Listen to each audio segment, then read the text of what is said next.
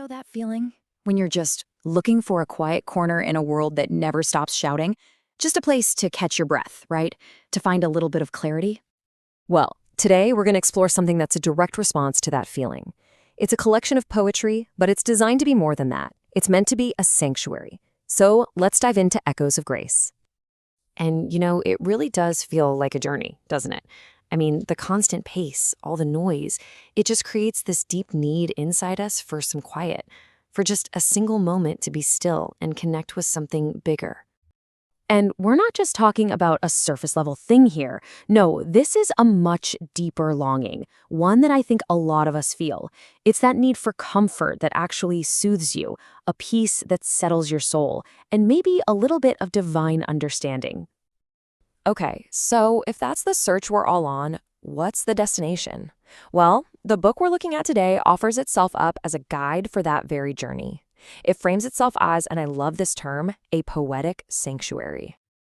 And here it is, Echoes of Grace, 100 Spiritual Poems for the Soul by Savio Ayan. And what's so powerful is that this collection was literally born from those exact moments of longing for peace we were just talking about.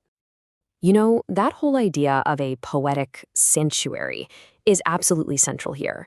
This isn't just a book of poems you flip through, it's an intentional space. A place you can actually enter through its pages to find some rest, where your soul can find some real, genuine comfort. And the author, Savio Ayan, gives us this beautiful peek into his philosophy. He says for him, this isn't just about writing poetry. It's about giving prayer a tangible form. It's a way to find that divine conversation, in the quiet spaces of our own hearts. But how does a book do that? How does it actually create that sanctuary experience? Well, to understand that, we've got to look inside. Let's break down its really unique structure. So first off, just the scale of it. We're talking about 100 spiritual poems. That's a pretty significant collection, and you can think of each one as a new stepping stone on this journey. And this isn't a random journey at all. No, it's super carefully organized into 10 big thematic sections. So it creates this clear path for you, the reader. It kicks off with these foundational ideas like faith and surrender, and then it walks you through hope, peace, and strength. This structure is basically a map for the soul, guiding you through all these different parts of the spiritual experience. And get this, within each of those themes, every single entry follows this really powerful four-part flow.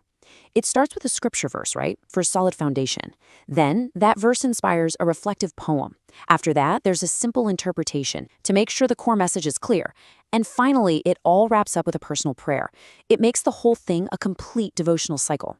So you see, it's not just about reading, it's a guided practice. So, what about the poetry itself?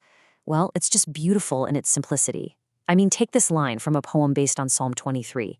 You can just immediately feel that sense of calm, that quiet reflection, can't you? Or how about this one, from a poem on Isaiah 40? Wow, there's such a powerful sense of hope and resilience here, right? That feeling of being lifted up exactly when you feel worn down. This really captures that blend of emotional honesty and spiritual depth the author is going for. So, as you can probably tell by now, this is so much more than just a book you read from cover to cover.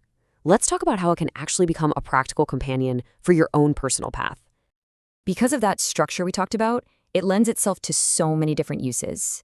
I mean, you could use it for daily devotional reading, for sure, or you could let the poems and prayers be prompts for your journaling. It's really designed to be a source of comfort right when you need it most. And of course, it could be a really meaningful gift for someone else on their journey. And a huge reason it works in all these ways is because the language is so accessible.